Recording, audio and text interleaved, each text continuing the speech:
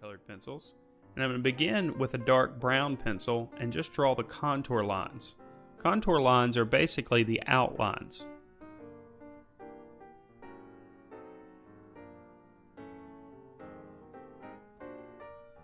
As I'm drawing the outlines, I'm looking at where each petal ends and another petal begins, and I'm just concentrating on getting those shapes here at the beginning stages of my drawing.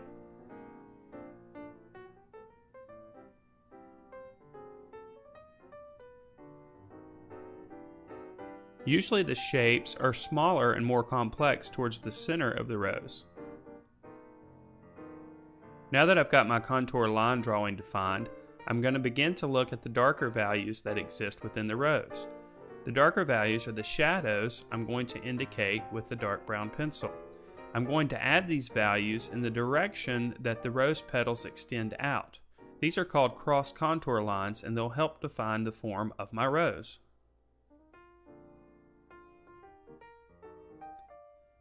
I'm using a photo reference here to look at as I draw my rose.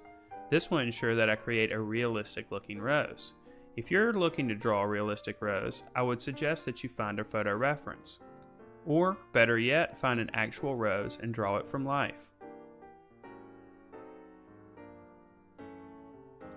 Now that I've got my darker values defined, I'm going to begin to add some of the color.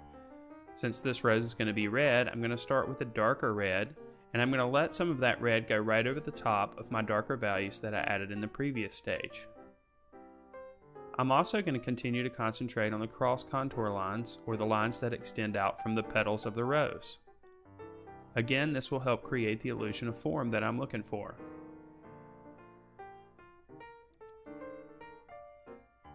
In this drawing, I'm working on textured, toned brown paper. Usually I work on smoother surfaces when I'm using colored pencils to easily blend the colors. In this case, the texture of the paper is going to translate a bit in our final drawing. We're still going to have some smoother areas, but the texture of the paper will still be preserved. Now that I've got my base coat of darker red on the surface, I'm going to go with the more local color, which is basically a true red, right on top of what I've already drawn. By layering colors in each stage of the drawing, I'm going to create depth that will translate into the final, realistic version of the rose.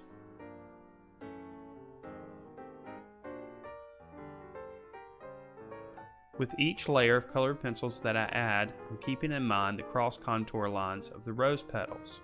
Each time I add these linear qualities, I am aiding in creating the illusion of form.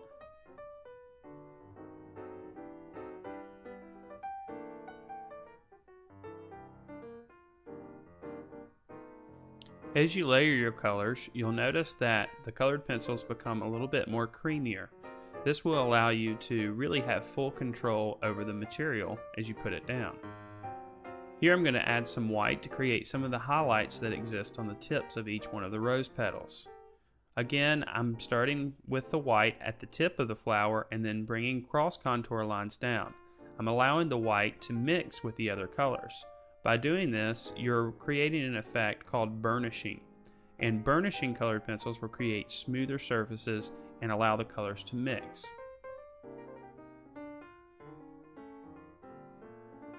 I'll go back and forth between my darker brown, my mid-tone red, and my white to create the illusion of the rose petal.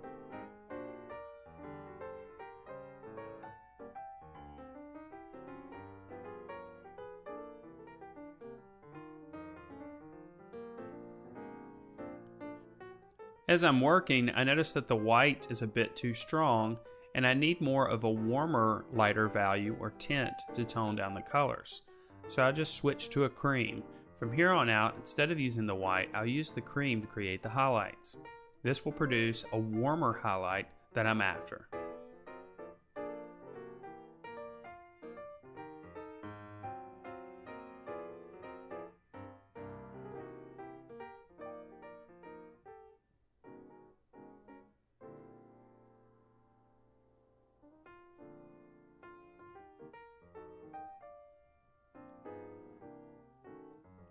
Not only will I burnish with the lighter values, but I'll also burnish in areas that are darker. By taking my mid-tone red and going over the darker values that I laid down in the first step, I'm creating a smoother surface. I can then take a darker brown and go back over it and darken up the shadows just a bit more to create more contrast and more pop between the individual petals of the rose.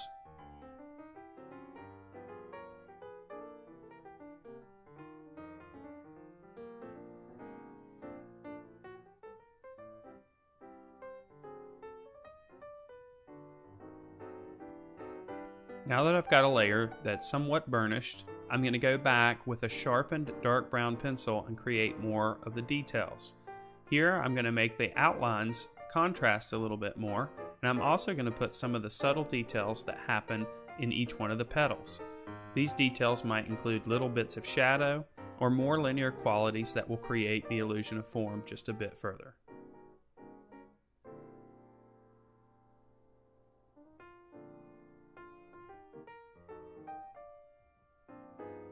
If I make my darks just a bit too dark, I can always go back with my mid-tone red and burnish them out and create more realistic shadows.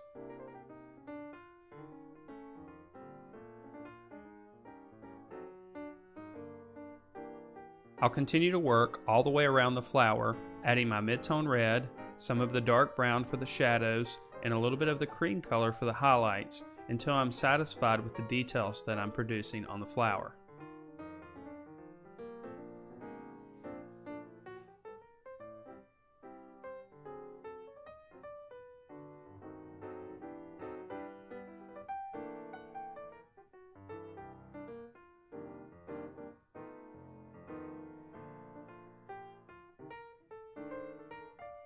Now that I'm satisfied with my rose petals, I can move on to the stem and the leaves that exist around the flower.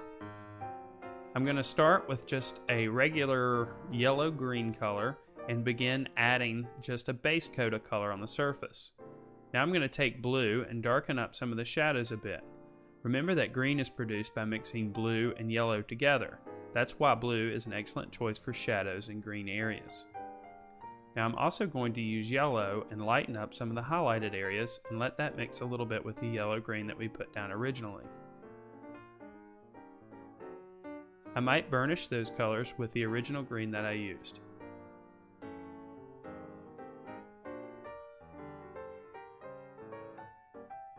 I'm also going to use a bit of the cream color and make the highlights pop a little bit more.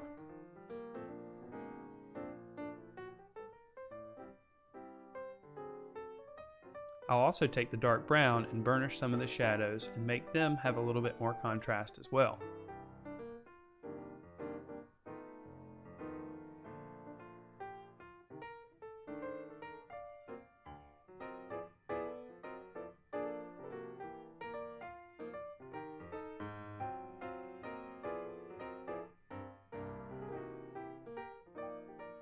For this demonstration, I'm going to leave the rose just sitting on the textured brown paper.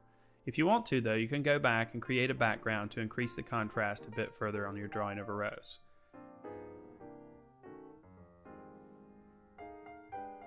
And there you have it, a quick drawing of a rose using colored pencils. Draw a bird using Derwent colored pencils. We're going to start by lightly and loosely drawing with an HB graphite pencil on Bristol paper, and I'm using the vellum surface here. We're just going to lightly and loosely define the shapes of the bird in the early stages before lifting off some of the graphite using a kneaded eraser.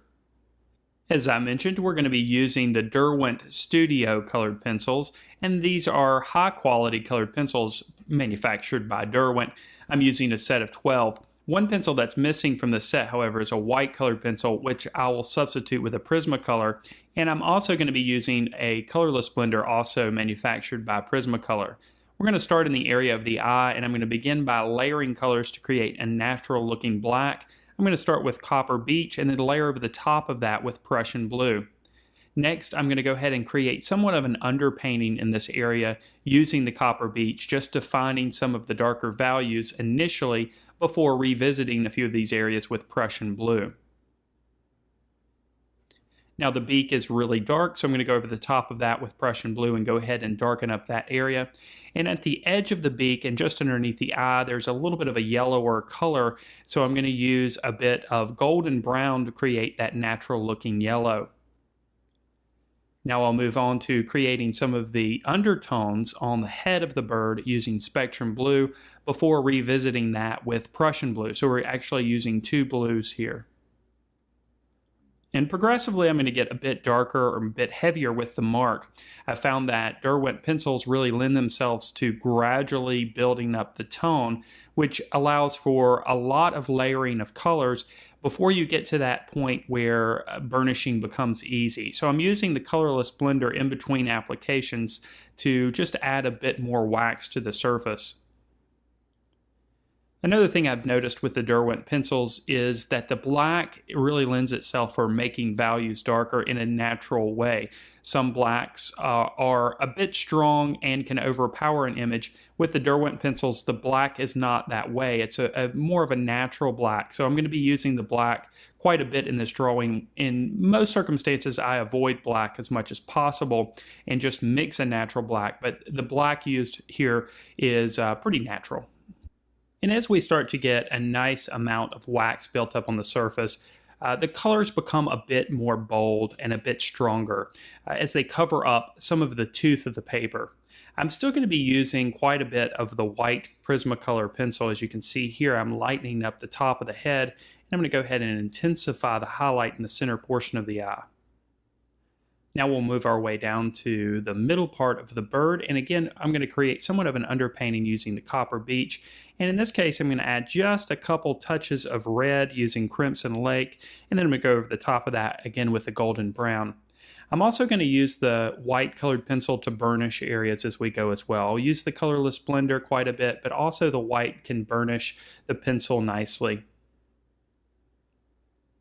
As I make strokes, I'm trying to follow the cross contours of the bird, so the strokes are going to flow over the contours of the form of the bird. Now we'll add a bit of shadow, and I'm going to add this shadow again using the Copper Beech, the Prussian Blue, and then darkening it with the Ivory Black. So there are some major differences between colored pencils, of course, and the Derwent brand colored pencils, like I mentioned, really lend themselves to layering gradually. Prismacolor are super waxy, so you can really build up the color very quickly, but some people don't like that. Some people like to have a little bit more control over the layering and allow that layering process to be a bit more gradual. With the Derwent pencils, I find that that layering process is quite a bit more gradual, and some people are going to find that that gives them a bit more control over the colors that they create on the surface. And you can see here how natural the black is. It's not overpowering, it's not too strong. You can gradually build up that black to create natural looking shadows. I'm also layering this black over an area that I've already applied white colored pencil. That's why it may look a bit gray initially, but then we can go back and darken that up. We actually don't want it to be solid black in this area underneath the bird. We want it to look like it's an area of white feathers just with a bit of shadow.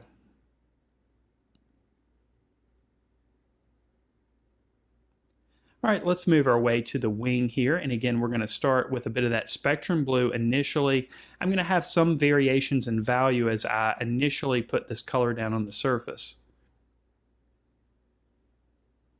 And then again, we'll go back with the Prussian Blue and start to make some of the areas a bit darker, define a bit of the texture on the back of the bird, as well as some of the wings and how they overlap each other. And here again, just like we did on the body portion of the bird, we're trying to make the strokes flow with the cross contours of the wings. And here I'm burnishing this application before going any further. Now with a good bit of wax on the surface, we can go back with the black and it will produce a very natural, darker version of the blue. Right around the edge of the wing, there are some black markings, so we're going to be a little bit more vigilant with the marks that we make in this area and let that black be a bit crisper.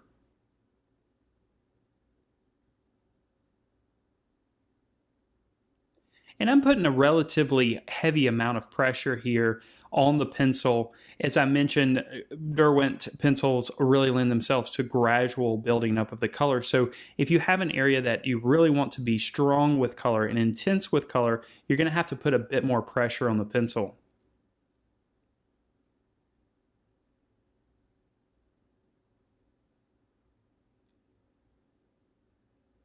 We'll just continue those markings down to the tail feather area of the bird. One benefit to using the Derwent pencils is the amount of time that the pencil stays sharp. With softer colored pencil brands like Prismacolor Premier pencils, the pencil is going to dull relatively easily. You don't really see that here with the Derwent Studio pencils. The pencil stays sharp for a longer period of time, allowing you to produce details. I'm going to go back here with the white Prismacolor pencil and just lighten up a few areas.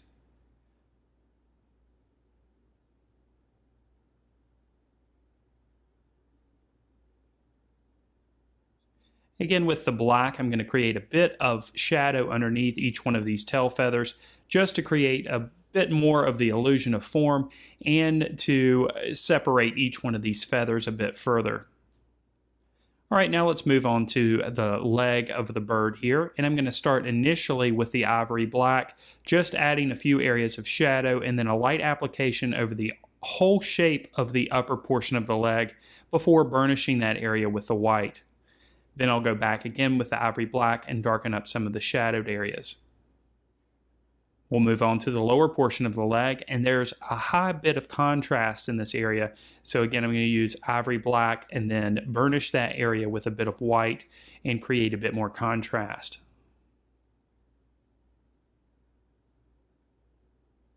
The high contrast continues down in the area of the talon of the bird. So again, we're going to start initially with ivory black and just define those areas of shadow and a bit of texture. Again, we're going to follow the cross contours of the form of the talon as we add those marks. Now, I'm not going to leave it just with the ivory black. I'm going to go back with a bit of the copper beech just to warm that area up just a bit.